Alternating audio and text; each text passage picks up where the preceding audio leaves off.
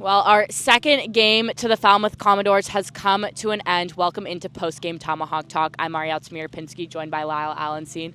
Lyle, although the Bravos lost 8-6, we saw a lot of improvement in the hitting tonight. Yeah, they had 11 hits, multi-hit games from Gavin Kelly, Keo Eloy, John LeGrand, who's been doing what he's been doing all season. Doesn't matter where you put him in the lineup, 1, 2, 5. He's been getting it done with multi-hits. This is a positive for the Braves, considering 2 days ago in that loss to Katuitt, 0 runs on the board. Didn't really have a whole lot of runners in scoring position. So is there anything you could take away from this one? The bats, we saw what we saw before when they had them going. Well, how are we going to keep the bats hot going into a home matchup against Orleans? It's just consistency. These runners in scoring position, depth throughout the whole lineup. Everyone's got to get it going. It's a full team effort. You saw it tonight. You can score 6 runs in this league, but just the bats on the other side are just as talented. You got to keep it going. Can't really keep your head down like this. You take the positives in something like this, considering this losing streak, but you got to keep it going forward. Well, thanks for joining me, Lyle. The Bravos return back to Doran Park tomorrow to take on Orleans at 6 p.m., but don't go anywhere. More post-game coverage coming up next. Continuing on post-game coverage, I'm now joined by Adam Gawkin and Devin Jarvis.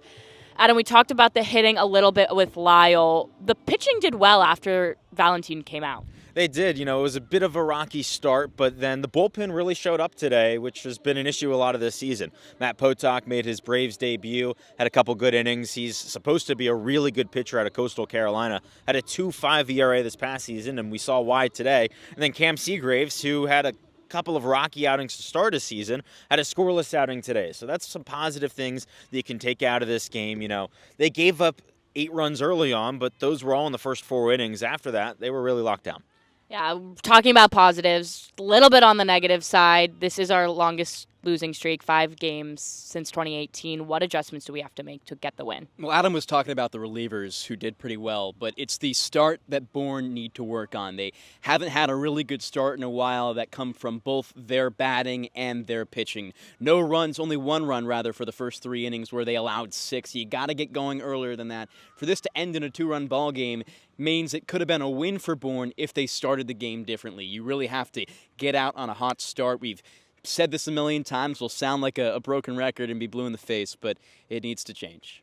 Well, Adam, talk to me about tomorrow's matchup. We're playing Orleans at home. What can we expect? Well, it's a chance for a bounce back. Orleans, as the time we're recording this, is down 8-2 to Brewster. So a squad that's struggling right now. Their arms have not been the best, and their bats aren't hitting that well. So a chance for a bounce back game for Bourne. The last time that those two teams played, it was a really tight one, a 2-1 victory where the Braves got the lead in the top of the 9th inning. So they've played well against Orleans before this season, and historically have played really well against the Firebirds. So we'll see what happens. Should be a great crowd. July 4th week at Doran Park. It always is. So, hopefully the fans can will the Braves to their first victory of the month. Right. Well, tune in tomorrow at Doran Park for 6 p.m. pitch versus Orleans.